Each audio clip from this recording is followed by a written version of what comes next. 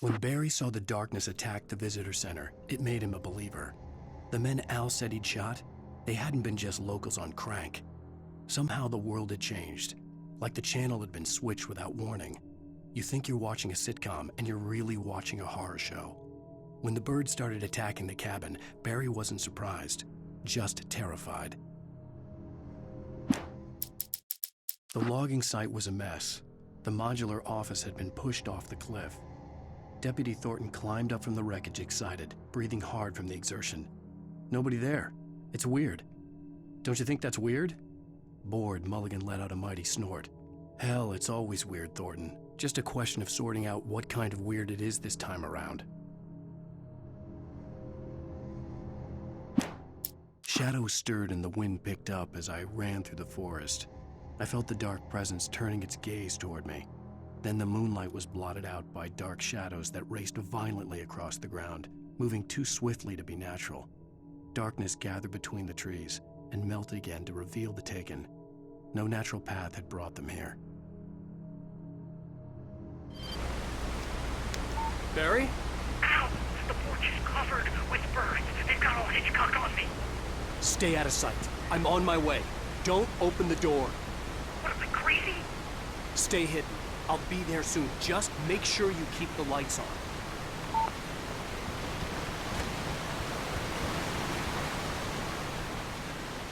I still had to reach Barry at the cabin, but at least I was out of the woods.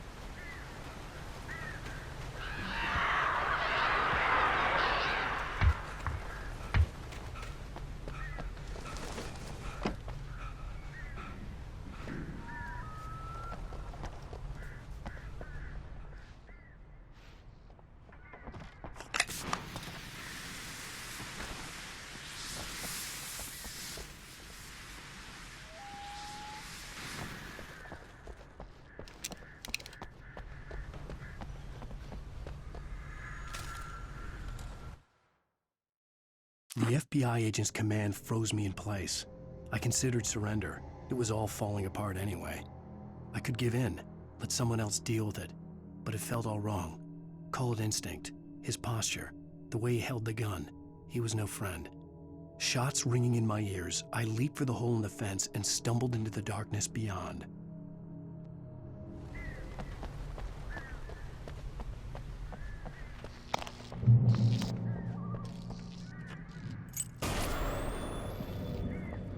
A story is not a machine that does what you tell it. A story is a beast with a life of its own. You can create it, shape it, but as the story grows, it starts wanting things of its own. Change one thing and you set off a chain reaction of events that spreads through the whole thing. The characters have to be true to themselves. The events need to follow a logic that fits the story. A single flaw and the magic is gone. The story dies. Alice dies.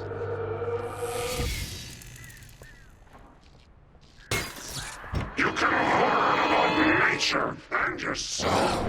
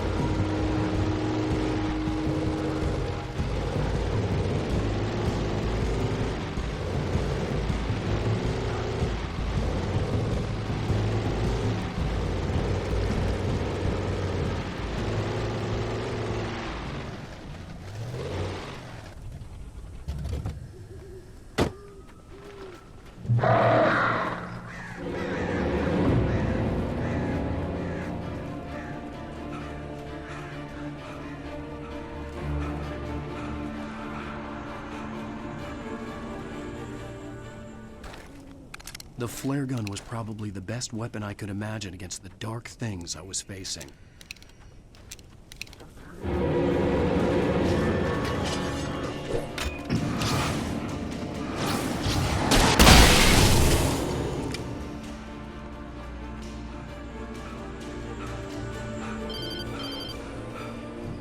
It was the kidnapper. You son of a bitch! Where's my wife? Enough horseplay, Wake. You deliver the manuscript, and you can have your woman back. Simple as that. I don't... Listen. I'm gonna finish it. I still need to write the ending. A week. It's not done. I need a week. 2 days. The old Bright Falls coal mine is nearby. You can find it easy, city boy.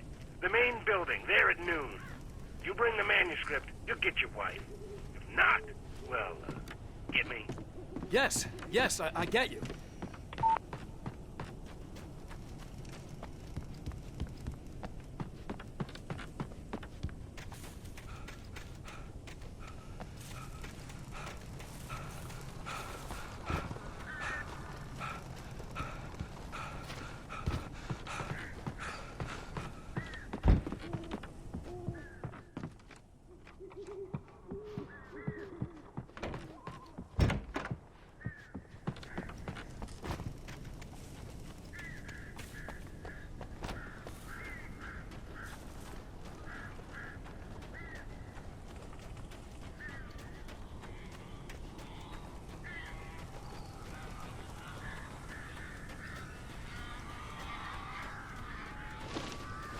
Barry had talked about birds over the phone.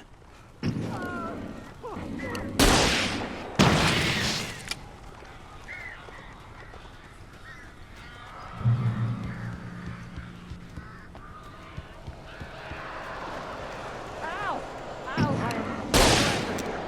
couple of them got in here before I blocked the chimney.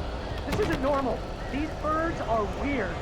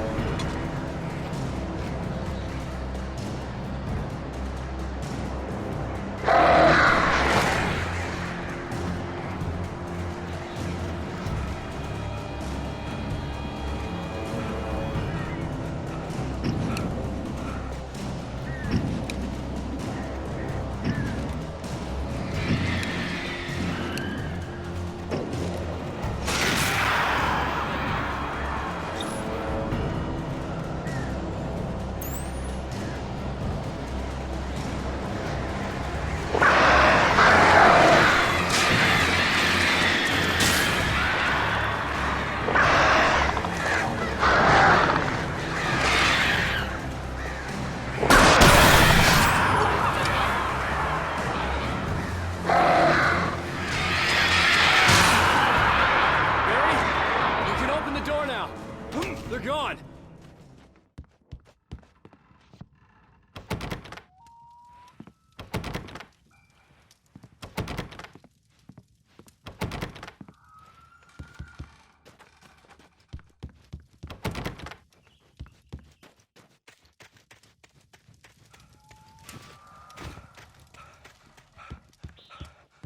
Hey, Al.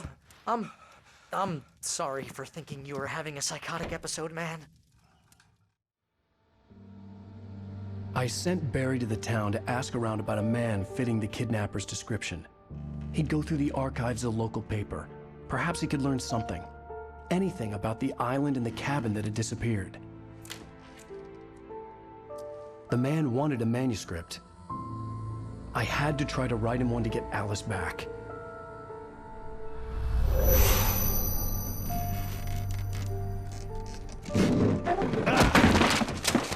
For me, the supernatural had always been nothing but a metaphor for the human psyche, a tool to use in writing fiction. Now, it was happening for real, and I couldn't put a single word on paper.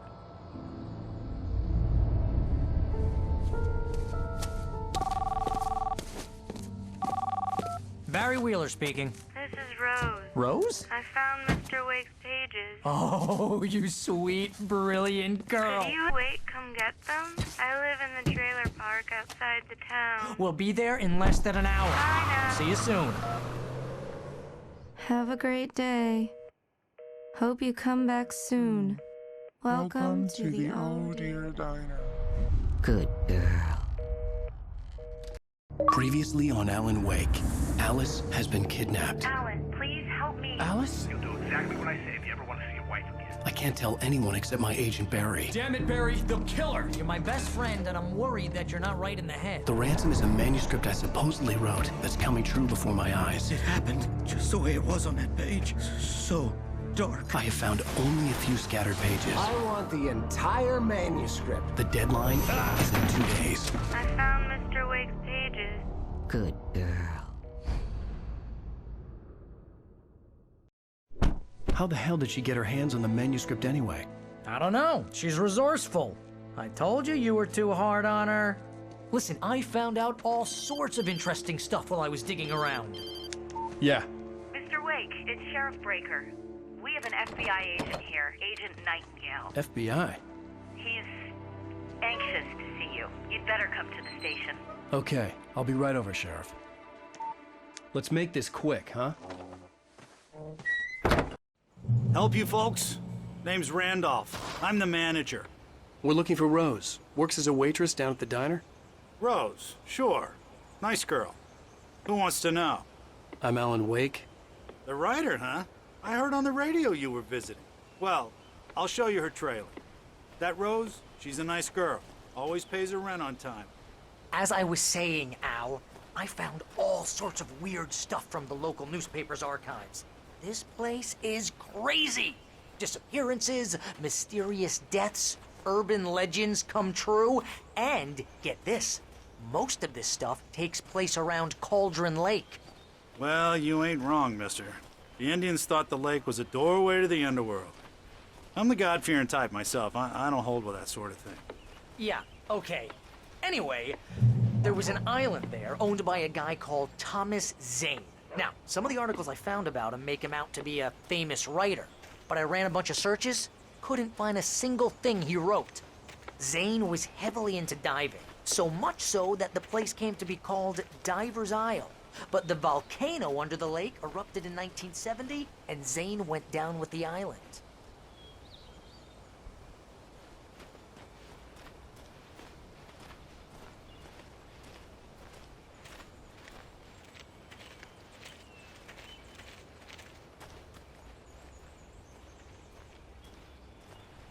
Yeah, how about that? It was there in the morning, as if it had fallen from the sky. But it would take a tornado to lift something like that. We're damn lucky it didn't crush any of the trailers.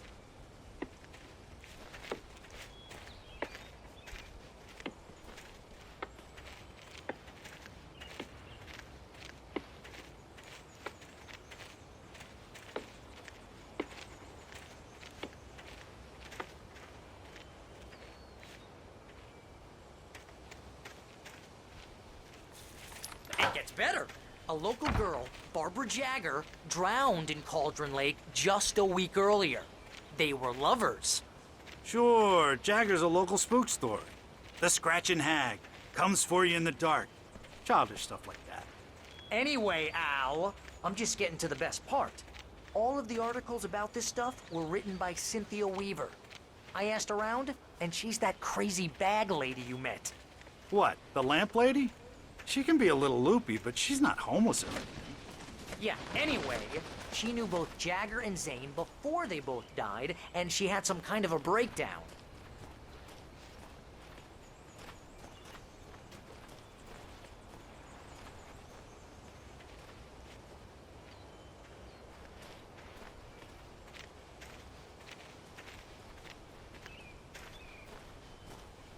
Well, mister, this here's Rose's trailer. You mind me asking what you want with her? We're just here to talk to her, pal.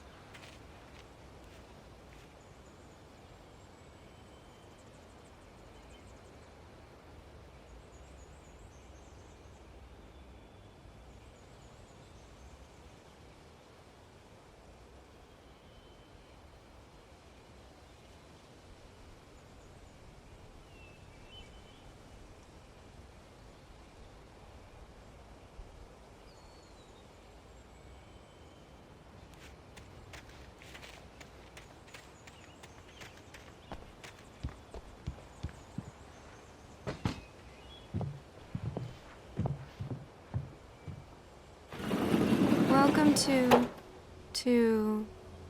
Oh dear, Mr. Wake. I'm so glad you're here. Rose, you have my manuscript? Oh. Oh yes. Yes. Please, then. Hey, this is really good. Rose, Yes, my manuscript. I really need it. I understand. I know what you need. A muse to inspire you. Oh, for Barry. She doesn't have anything. Yeah, hey, Al? Al, what's... Oh... Barry! What? What?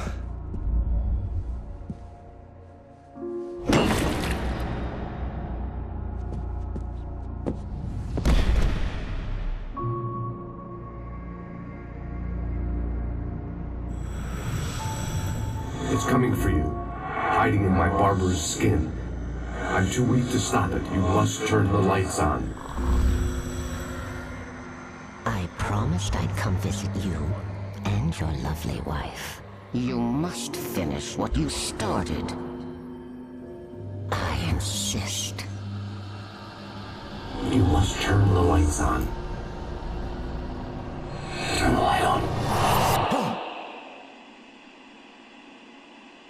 Back to work, boy.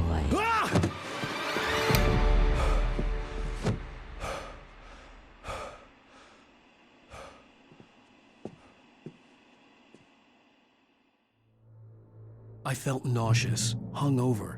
Only anger kept me going. I can't tell reality from dream anymore, but it seems I have an imaginary editor to help me. She's an old woman in a funeral dress. I call her Barbara Jagger. She's very strict. I'm writing faster and faster. My manuscript is being heavily revised. The edits are getting very aggressive, and each day there's less of me and more of her. I hate it, but I know she's right. She promises me I can save Alice this way. She knows more of this than I do.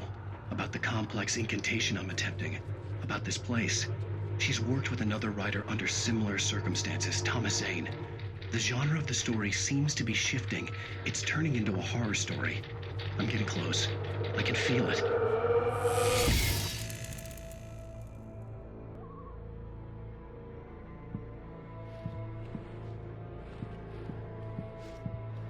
Rose took a day from me. I had less than 12 hours left to meet the kidnapper. All I could do was get Barry into the car, work something out once I got on the road. Barry was out of it. Way too heavy to carry. You're right. I deserve more money. I'm so handsome. Well, to the Oh Dear Diner. What can I get you today? Coffee?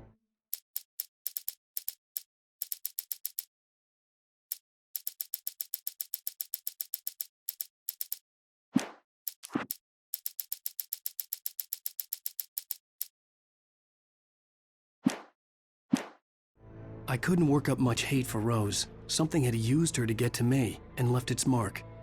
First refill is free. Milk and sugar on the counter there.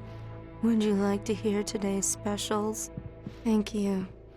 A nice day. Come back soon.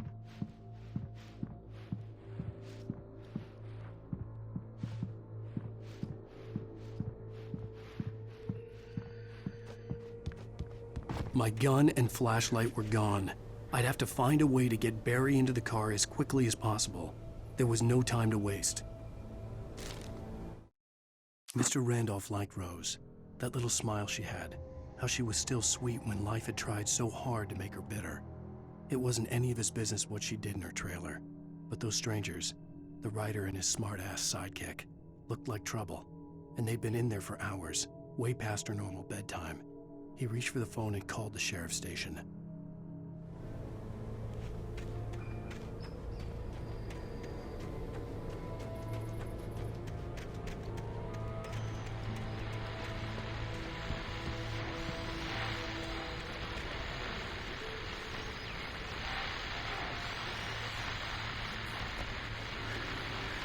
I just stepped outside to catch a breath of fresh air. Let me tell you, the weather's getting heavy.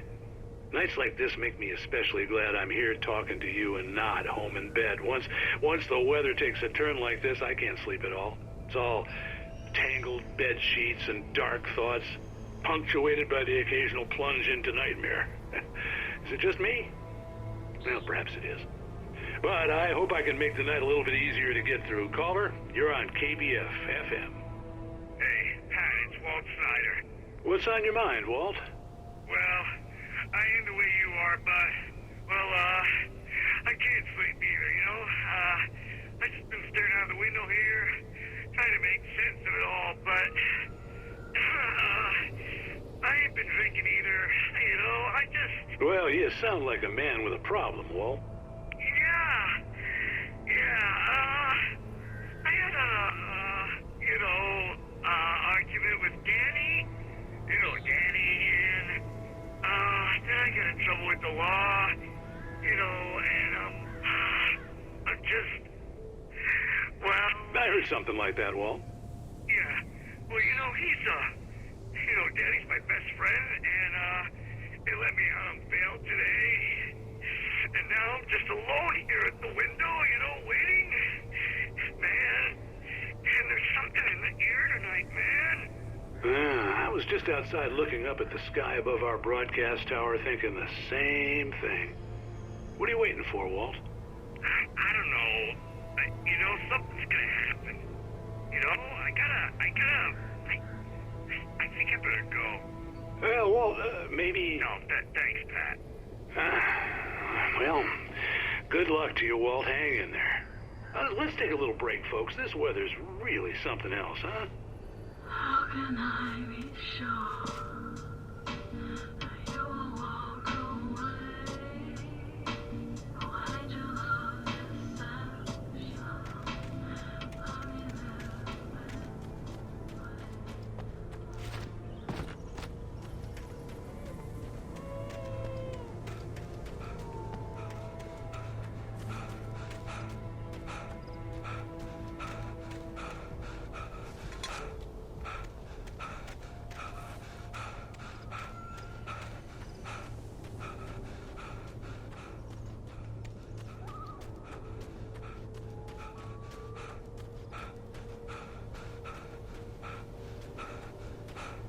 Oh, you're gonna get it now.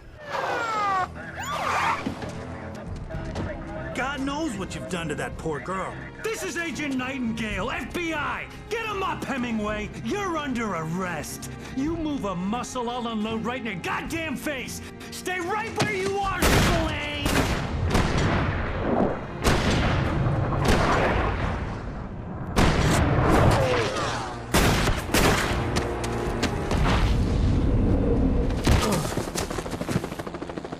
on! I'm standing right here, you goddamn maniac!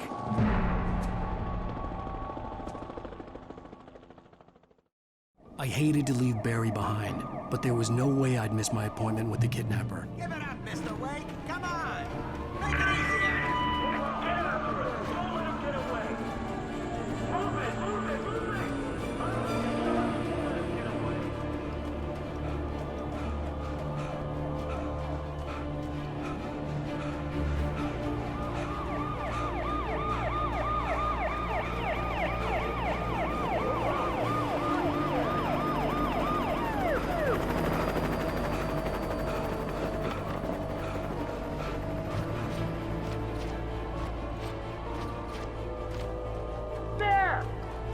We have the suspect in sight! Okay, men, keep your eyes peeled. He's gonna try to make it through here. Oh, damn! Man out! Over here!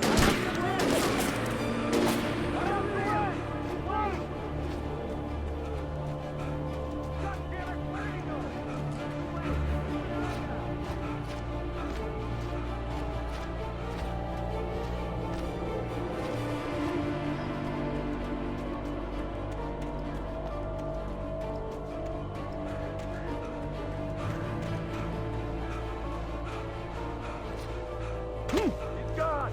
Come on, guys! We need to head him off!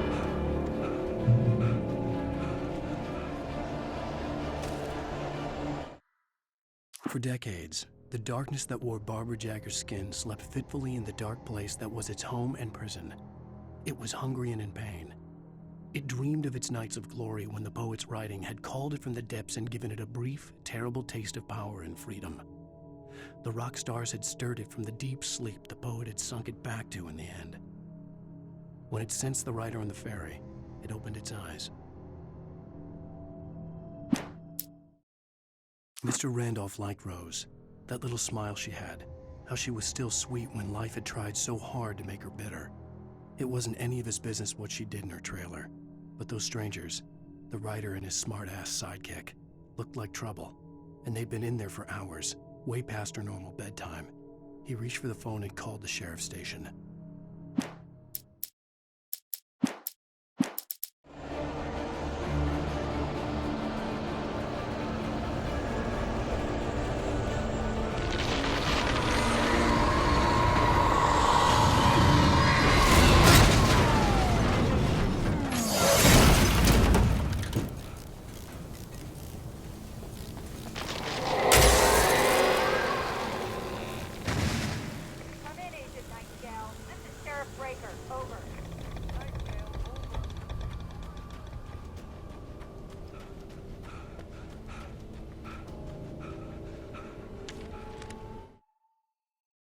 Rose didn't know how the strange old lady got in her trailer, and she looked wrong somehow.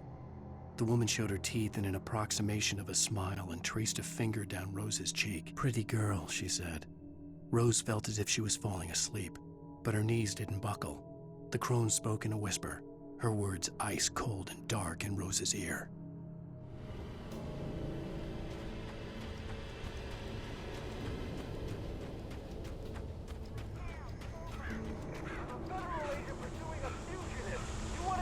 My message, Sheriff. Make an appointment. Over. You stay right where you are, Agent Nightingale. I'm on my way. Out.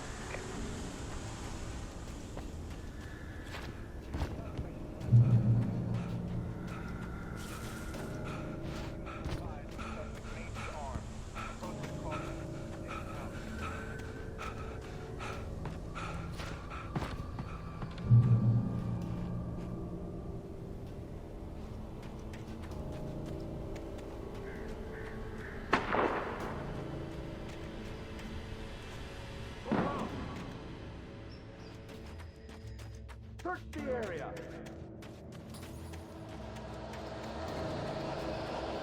Stay sharp! This way! Over here!